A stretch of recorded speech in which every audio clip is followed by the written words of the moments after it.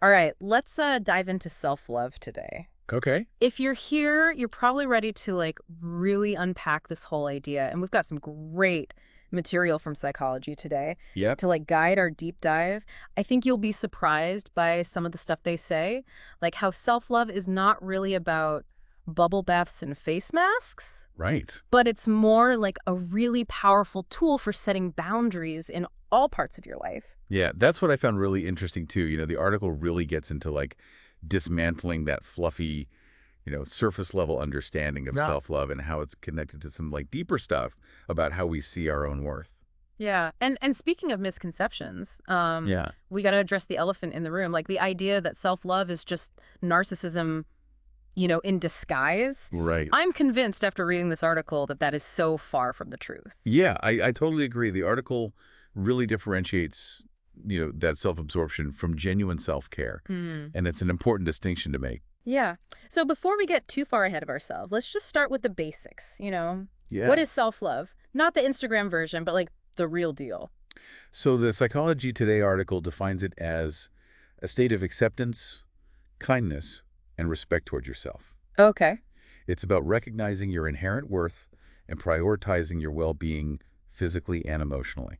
That makes sense, but here's where I kind of get tripped up. Yeah. Does that mean that I have to feel positive about myself all the time? Yeah. Because let's be real, some days are just rough. Yeah, that's a really good point. And the article actually addresses that directly. Okay. It says that self-love isn't about feeling happy or confident 24/7. It's about having that underlying sense of acceptance Hmm.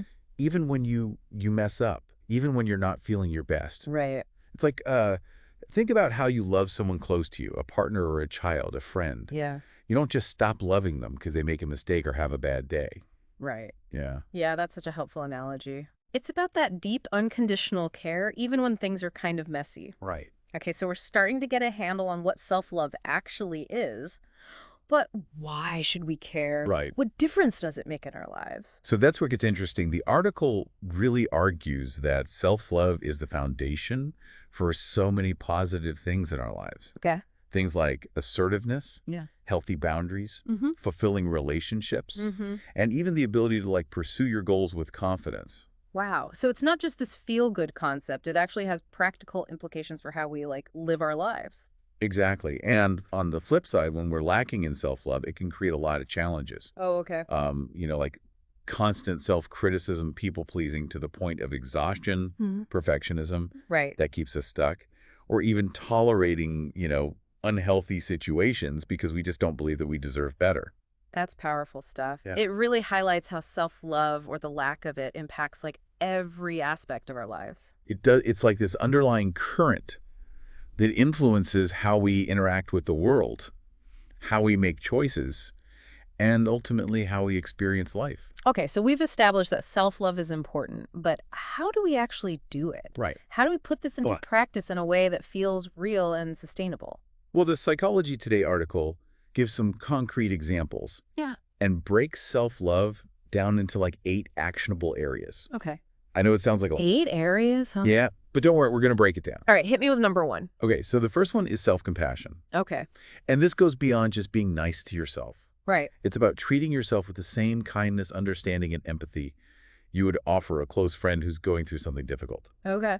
It's about recognizing that you're human and you're allowed to make mistakes without, beating yourself up about it. Okay. I get that in theory, but in practice, my inner critic tends to take over. Yeah. How do I actually cultivate that self-compassion when I'm feeling down on myself? That's something a lot of people struggle with. And one technique that's been shown to be really helpful is called the self-compassion break. Okay. It's developed by a psychologist, Kristen Neff, and it's this simple 3-step process that you could do anytime you're feeling overwhelmed by negative emotions.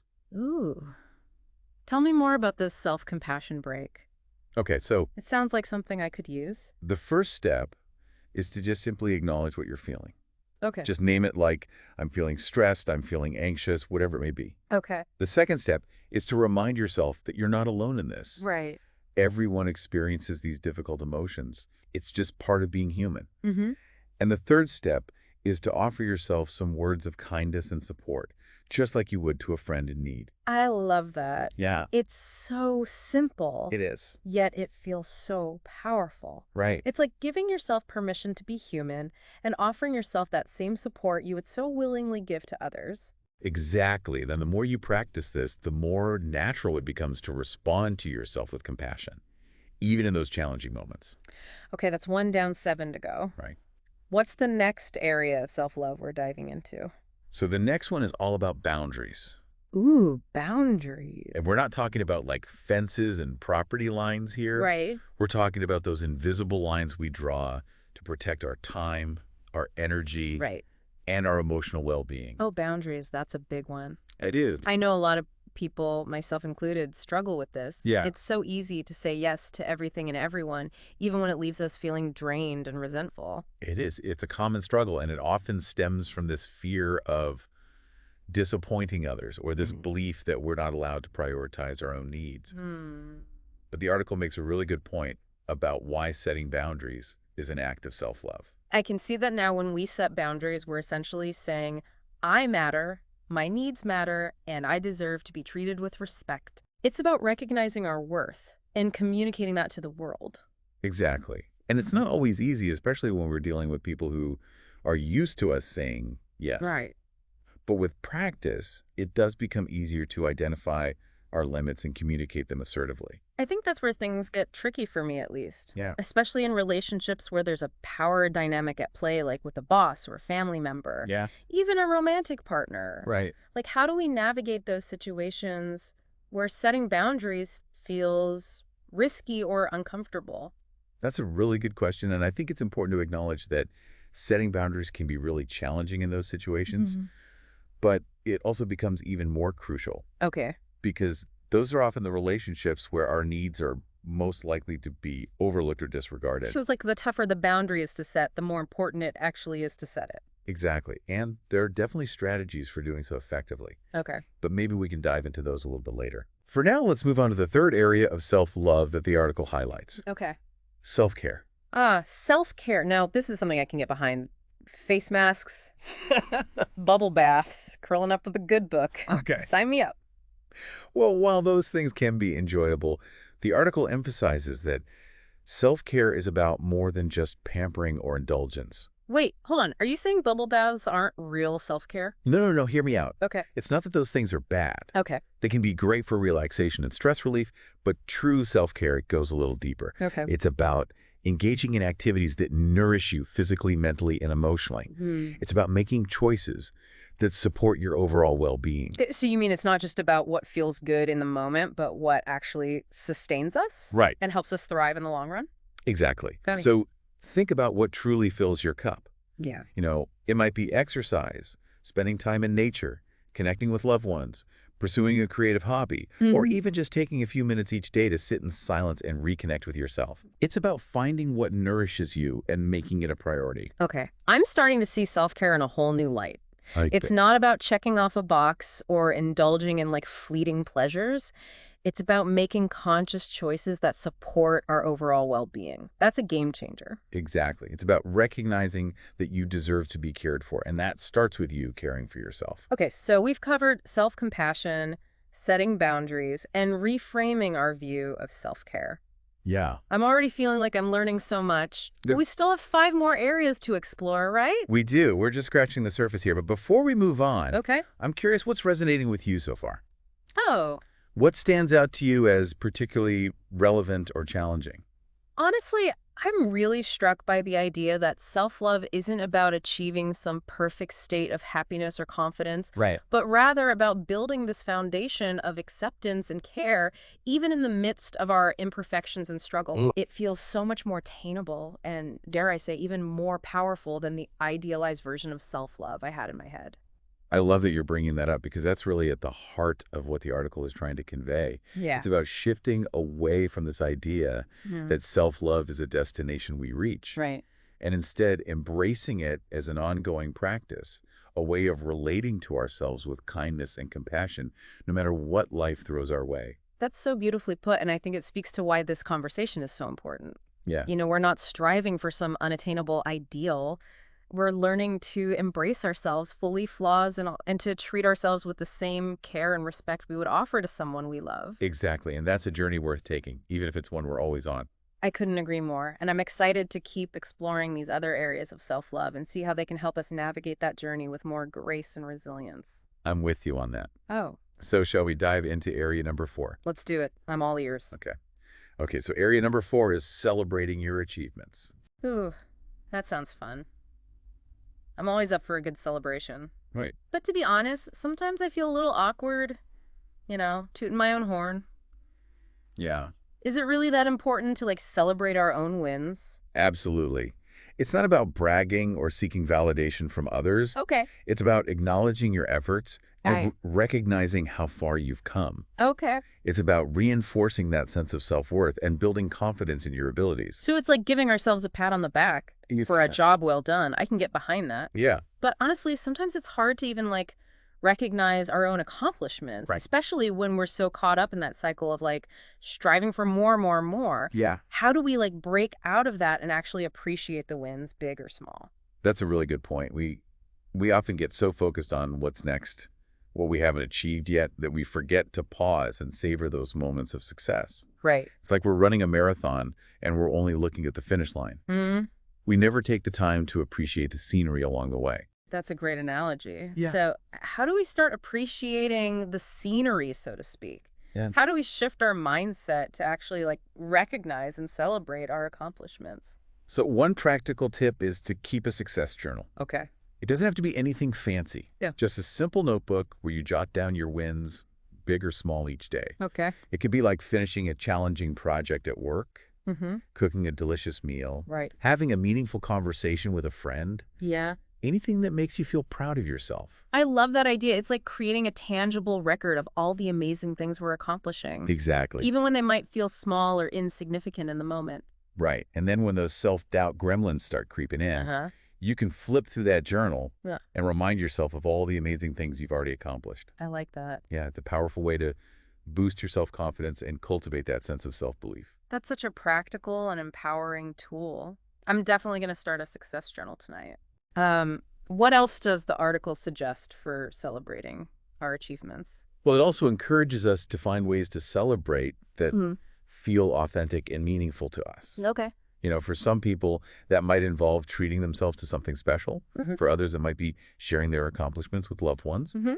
And for others, it might be simply taking a moment of quiet reflection to appreciate how far they've come. Okay, so it's about finding what resonates with us personally Right. and making it a conscious practice to honor our wins. No more brushing them off like they're no big deal. Exactly. Okay.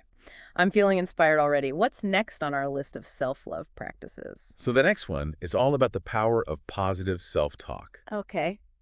And I know this can sound a bit cheesy, but hear me out. Okay. The words we use to talk to ourselves have a profound impact on our thoughts, feelings, and behaviors. I'm actually really curious about this one. Okay. Because I struggle with negative self-talk, it's like there's this inner critic that's constantly putting me down, even when I'm trying my best. Yeah. How do we quiet that voice and cultivate a more positive inner dialogue? It's definitely a process, and it takes practice, Okay. but it's so worth it. One technique the article suggests is to start paying attention to your thoughts. Okay. Just notice the things you're saying to yourself throughout the day. Mm-hmm. Are they mostly positive and encouraging, Right. or are they negative and critical? Ooh, that's a good point. I think if I actually started paying attention, I'd be surprised by how often I'm putting myself down Right. without even realizing it. Exactly. It's often unconscious. Yeah. But once we become aware of it, we can start to challenge those negative thoughts Okay. and replace them with more positive and supportive ones. So instead of saying, "Ugh, I'm so stupid, I can't believe I messed that up," Right. I could say something like, "Okay, everyone makes mistakes. I'm going to learn from this and do better next time." Is Exactly. that what you mean? Exactly. It's about reframing those negative thoughts into more constructive and empowering statements. Mm-hmm. And it might feel a little forced at first, Right. but the more you practice, the more natural it becomes. Okay. It's like training a muscle. The more you use it, the stronger it gets. I love that analogy. It makes it feel less daunting, like it's something I can actually achieve Yeah. with consistent effort. Mhm. Okay, so positive self-talk is key. What's next on our self-love checklist?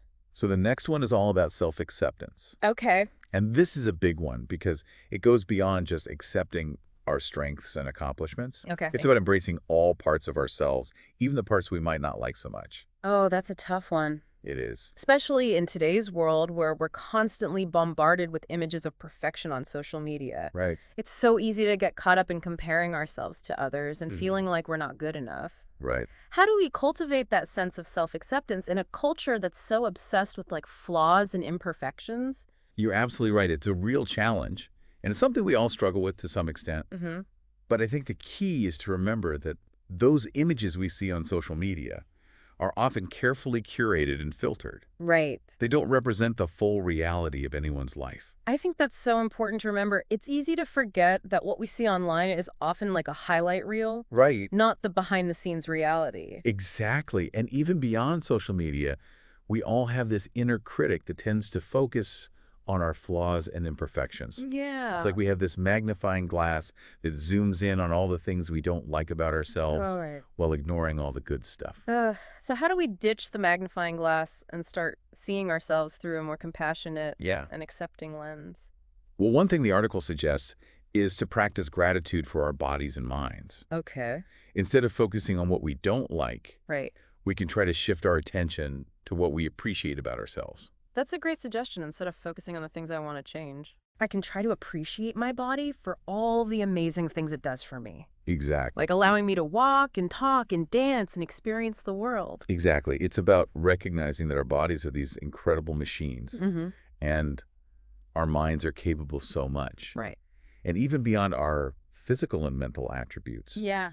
we can practice gratitude for our unique personalities, our talents, and our quirks. So it's about recognizing that our imperfections are actually part of what makes us unique and special. Exactly. And that's a beautiful thing to celebrate. Yeah. It's about embracing all parts of ourselves, the good, the bad, and the messy, and recognizing that our worth isn't determined by external standards of perfection. I love that it's about reclaiming our own definition of beauty and worth. Yes. One that's not based on comparison or external validation. Exactly. Okay, self-acceptance is a work in progress, but I'm feeling more empowered to embrace my authentic self flaws and all what's next on our self-love adventure. Okay, so the next area is about seeking support. And this is where we dismantle the myth of the strong, independent person who never needs help. Right. Because the truth is, we all need support sometimes. And asking for it is a sign of strength, not weakness. You know, I think that's a message we need to hear more often. I agree. There's so much pressure to like have it all together to be self-sufficient Right. and never show any vulnerability. Yes. But the reality is we're all human. We all go through tough times and we all need support We to do. navigate those challenges. Absolutely. And the article makes a really strong case for why seeking support is actually an act of self-love. Okay. It's about recognizing that we deserve to be cared for, Right. that we don't have to go through everything alone, Mm-hmm. and that reaching out for help can actually help us thrive. Okay, I'm on board with that, but it's easier said than done, right? Right. I mean, for a lot of people, asking for help can feel really scary or uncomfortable. You're absolutely right. There can be a lot of fear and shame associated with asking for help. And that can keep us stuck in these cycles of isolation and suffering. Mm-hmm. But I think it's important to remember that vulnerability is actually a superpower. Vulnerability is a superpower. That's an interesting concept. How so? Well, when we allow ourselves to be vulnerable, Okay. when we let down our guard and show our true selves, even the messy parts, Yeah. it creates a space for genuine connection and intimacy. That makes sense. It's like when we're willing to be vulnerable, it gives others permission to do the same. Right. And that's where real connection happens. Exactly. And it's in those connections that we find support, encouragement, and a sense of belonging. Mm-hmm. So whether it's reaching out to a trusted friend or family member, joining a support group, or seeking professional help, asking for support, is a powerful way to prioritize our well-being Right. and nurture our self-love. That's such a powerful reminder we don't have to do it all alone. And reaching out for support is actually a way of honoring ourselves and our needs. I'm feeling inspired to like break down some of those walls and allow myself to be more vulnerable. What's the final area of self-love the article explores? The final area is all about embracing self-discovery. Oh. It's about getting curious about ourselves, Okay. exploring our interests and discovering what truly lights us up. That sounds fun. Yeah. It's like giving ourselves permission to be explorers in our own lives. Yes. But to be honest, sometimes I feel like I'm so caught up in the day-to-day grind Right. that I don't even know where to start. Yeah. How do we carve out time for self-discovery when life feels so full and demanding? It's a common challenge, but I think the key is to start small. Okay. It doesn't have to be this grand adventure. It Yeah. can be as simple as trying a new hobby, Okay. reading a book on a topic that's always intrigued you, Mm-hmm. or taking a class to learn something new. So it's about giving ourselves permission to play, Yes. to experiment, and to see what sparks our curiosity. Exactly. And as we explore different interests and activities, Right. we start to get a clearer sense of who we are, what we value, and what brings us joy. That's so important. I Yeah. think it's easy to get lost in the roles and responsibilities of everyday life Right. and lose sight of what truly makes us come alive. It's true, but self-discovery is an ongoing process. Okay. It's not something we do once and then check off our list. Right. It's about staying curious, staying open to new experiences, and allowing ourselves to evolve and grow over time. I love that it's like giving ourselves permission to be lifelong learners, Yes. to always be discovering new facets of ourselves Exactly. and the world around us. Exactly, and that's a beautiful thing. Yeah. So as we wrap up this discussion of the 8 areas of self-love, Okay. what are your biggest takeaways? What's resonating with you the most? Honestly, I'm feeling overwhelmed in the best possible way. Good. It's like a whole new world has opened up, and I'm seeing self-love in a completely different light. Mhm. It's not about achieving some perfect state of being. Right. It's about showing up for ourselves with kindness, compassion, and a commitment to nurturing our own well-being. I love that. And I think that's the beauty of this whole concept. It's not about striving for some unattainable ideal. Right. It's about embracing the journey of getting to know ourselves, honoring our needs, and celebrating our unique individuality. And the coolest part is that it's all within our reach. It is. We don't need any special equipment or expensive resources. We just need to make a conscious choice Right. to prioritize ourselves and to cultivate these practices of self-love. Exactly. It's about making those small, consistent choices each day that add up to a big impact over time. So before we move on, I have a question for you, dear listener. Out of all the areas we've discussed, self-compassion, setting boundaries, self-care, celebrating achievements, positive self-talk, self-acceptance, seeking support, and self-discovery, which one resonates with you the most right now? Yeah. What's one area you're feeling called to explore further? That's a great question to reflect on. And remember, there's no right or wrong answer. Right. It's about finding what feels most relevant and meaningful to you in this moment. Exactly. And as we continue our deep dive into self-love, we'll be exploring some of the common barriers that can get in the way, Yeah. and we'll offer some practical tips for overcoming those challenges. So stay tuned for more insights and inspiration as we delve deeper into this fascinating and empowering journey of self-love. Okay, so we've explored these 8 key areas of self-love. Yeah. But like you mentioned, there are often barriers that get in the way. It's not always easy to put these practices into action, is it? It's true. Self-love isn't always sunshine and roses. Right. There are definitely some internal and external obstacles that can make it challenging to cultivate that kind of relationship with ourselves. So let's talk about some of those barriers. What are some of the common things that trip people up on their self-love journey? Well, the article highlights 5 key barriers. Mhm. Perfectionism, self-criticism, guilt, and self-sacrifice, fear of judgment, and internalized negativity. Ooh, yeah. Any of those ringing a bell? Absolutely. I think we've all encountered at least one of those Yeah. at some point in our lives. They're like these pesky weeds that keep popping up in the garden of our self-love. That's a great analogy. And like weeds, they can be pretty persistent Yeah. and hard to get rid of. Let's break these down one by one, starting with perfectionism. Okay. That's one I definitely struggle with. It's Yeah. like this constant pressure to get everything right, to meet these impossible standards. Yeah. And it just leaves me feeling exhausted and inadequate. Yeah, perfectionism is such a sneaky barrier because it often disguises itself as ambition Right. or striving for excellence. Mm-hmm. But at its core, it's driven by fear. Oh, okay. Fear of failure, fear of judgment, fear of not being good enough. Yeah, I can totally relate to that. It's like this voice in my head that's constantly saying, you're not doing enough, you're not good enough, you need to be better. And that voice can be so draining and demoralizing. Right. Yeah. It keeps us stuck in this cycle of striving and never feeling satisfied. So how do we break free from that perfectionism trap? How do we start embracing our imperfections and allowing ourselves to be human? Well, one thing the article suggests is to shift our focus from achieving perfection Okay. to striving for progress. Okay. It's about celebrating those small wins, Okay. the steps we're taking in the right direction, Right. even if they're not perfect. So it's about progress over perfection. Exactly. Okay. And it's also about recognizing that mistakes are inevitable, Right. part of the learning process. Yeah. They're not something to be ashamed of. They're opportunities for growth and development. That's such a liberating perspective. Yeah. It's like giving ourselves permission to be imperfect, Right. to Yeah. stumble and fall, and Sure. to learn from those experiences. Exactly. Right. And as we start to embrace our imperfections, we also create space for more self-compassion. Which brings us to the next barrier, self-criticism. Yes. That inner voice that's constantly putting us down, Right. telling us we're not good enough, smart enough, pretty enough, whatever it may be. Self-criticism is like perfectionism's evil twin. Yeah. It's that constant barrage of negative thoughts Yeah. that chips away at our self-esteem and makes it hard to believe in ourselves. It's like having a bully living rent-free in our heads. That's a perfect way to put it. Right. And the worst part is that we often believe those negative thoughts, Yeah. even though they're not based in reality. So how do we evict that inner bully and start treating ourselves with more kindness and respect? Well, one technique that can be really helpful is to challenge those negative thoughts. Okay. You know, when you notice that inner critic piping up, Right. just ask yourself, is this thought really true? Is there another way to look at this situation? I love that. Yeah. It's about taking back our power and not letting those negative thoughts run the show. But sometimes it feels like those thoughts are so deeply ingrained, like they're part of who we are.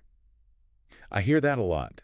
And it's important to acknowledge that those negative beliefs often stem from past experiences Right. or messages we received growing up. But the good news is that we can rewire those thought patterns Okay. and create new, more positive beliefs about ourselves. That's encouraging to hear. Okay, so we've talked about perfectionism and self-criticism. Yeah. What's the next barrier on the list? The next one is guilt and self-sacrifice. Okay. This is often a big one, especially for women Yeah. who are often socialized to put everyone else's needs before their own. I know that feeling all too well. It's like this constant pressure to be the good girl. Right. The one who always puts everyone else first. Yeah. Even if it means neglecting my own needs. And that can lead to a whole host of challenges, Oh, yeah. including resentment, burnout, and a diminished sense of self-worth. Yeah, I've been there. It's like you give and give until you're completely depleted. Right. And then you end up feeling resentful and exhausted. Exactly. And the irony is that when we constantly sacrifice our own needs, Yeah. we're not actually doing anyone any favors. Right. We're not showing up as our best selves. And we're not modeling healthy boundaries for the people around us. So how do we break free from that pattern of guilt and self-sacrifice? Yeah. How do we start prioritizing our own needs without feeling like we're being selfish or letting others down? Well, the first step is to recognize that taking care of yourself is not selfish. It's essential.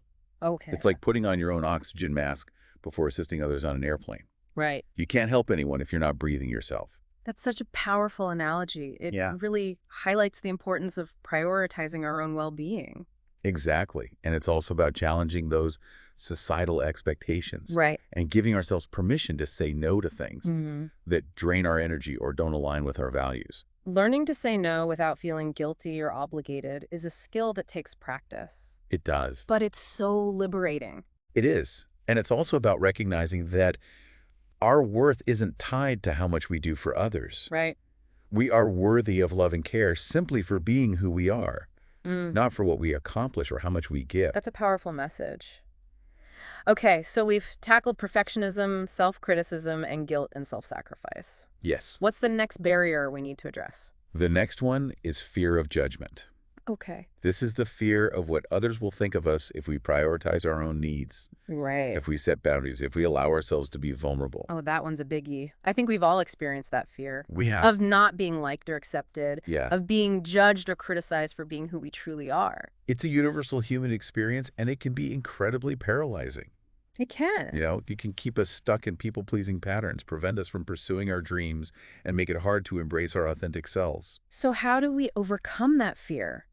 How do we start living more authentically, even if it means risking the disapproval of others? Well, the article suggests that one way to overcome this fear is to start surrounding ourselves with people who support and encourage us. People who celebrate our individuality. Right. Who accept us for who we are, flaws and all. I love that it's about creating a safe and supportive space where we can Yes. be ourselves without fear of judgment. It's like building a tribe of cheerleaders who Yes. are rooting for us to succeed. Exactly. And it's also about recognizing that not everyone is going to like us, and that's okay. Yeah, It's not our job to please everyone. that's a hard truth to swallow sometimes, but it's so liberating. It is. It's about letting go of that need for external validation Right. and finding our own internal compass. Absolutely. And as we start to prioritize our own well-being and live more authentically, we often find that the right people naturally gravitate towards us. Yeah, that's true. People who appreciate our genuine selves, Yeah. who respect our boundaries, and who support our growth. That's such a beautiful reminder that when we show up as our true selves, we attract the right people into our lives. Okay, so we've talked about perfectionism, self-criticism, guilt and self-sacrifice, and fear of judgment. What's the final barrier we need to address? So the final barrier is internalized negativity. Okay. And this refers to those deeply ingrained beliefs about ourselves that we've absorbed over time, often from our childhood experiences Right. or from societal messages. Ooh, that's a heavy one. It's like those negative beliefs become part of our internal programming, Yes. even though they're not based in truth. Exactly. And they can be incredibly insidious Yeah. because they often operate on an unconscious level, Yeah. shaping our thoughts, feelings, and behaviors without us even realizing it. So how do we uncover those negative beliefs and start rewriting our internal scripts? It feels like such a daunting task. It can be a challenging process, but it's definitely possible. Okay. One thing the article suggests is to start paying attention to those negative thoughts and beliefs that pop up. Okay. Just notice them without judgment. So it's about becoming aware of those negative thought patterns, Right. those limiting beliefs that are holding us back from experiencing true self-love. Exactly. And once we become aware of them, we can start to challenge their validity. Right. Ask ourselves, is this thought really true? What evidence do I have to support this belief? I love that it's about taking back our power and choosing to believe in ourselves, Yes. even if it feels uncomfortable or unfamiliar at first. Absolutely. And it's also about replacing those negative beliefs Right. with more positive and empowering ones. Okay. It's about affirming our worth, our capabilities, Yeah. and our right to live a happy and fulfilling life. Okay, so we've talked about the 5 key barriers to self-love: perfectionism, self-criticism, guilt and self-sacrifice, fear of judgment, and internalized negativity. Yeah. We've explored how these barriers can show up in our lives, and we've discussed some practical tips for overcoming them. But I think the biggest takeaway for me is that it's an ongoing process. Absolutely. Self-love isn't a destination we arrive at. It's a journey we're constantly on. It's about showing up for ourselves each day, even when it's hard, Right. even when we mess up, even when those negative voices start creeping in. It's about choosing ourselves over and over again. Yes. And treating ourselves with the same kindness, compassion, and respect we would offer to someone we love. Beautifully said. And that's a powerful practice that can transform our lives from the inside out. So, dear listener, as we wrap up this deep dive into self-love, what's one small act of self-care you can commit to doing for yourself today? Yeah. What's one step you can take to nurture your own well-being and cultivate that loving relationship with yourself? Remember, it doesn't have to be anything grand or elaborate. Right. It could be as simple as taking 5 minutes to meditate, writing down 3 things you're grateful for, or saying no to something that's draining your energy. Every small act of self-love is a step in the right direction. It is. It's a way of honoring yourself and investing in your own happiness and well-being. And as you continue on this journey of self-love, remember to be patient and kind to yourself. Yeah, It's a process, not a destination. And there will be ups and downs along the way. that's true. But the more you practice, the more natural it will become. Absolutely. And the rewards are immeasurable. A deeper sense of self-worth, more fulfilling relationships, and a greater capacity for joy and resilience in the face of life's challenges. So keep exploring, keep growing, and keep embracing the incredible journey of self-love. And that brings us to the end of our deep dive into self-love. I hope you found it insightful and inspiring. Remember, you are worthy of love and care, starting with the love and care you give to yourself. Until next time.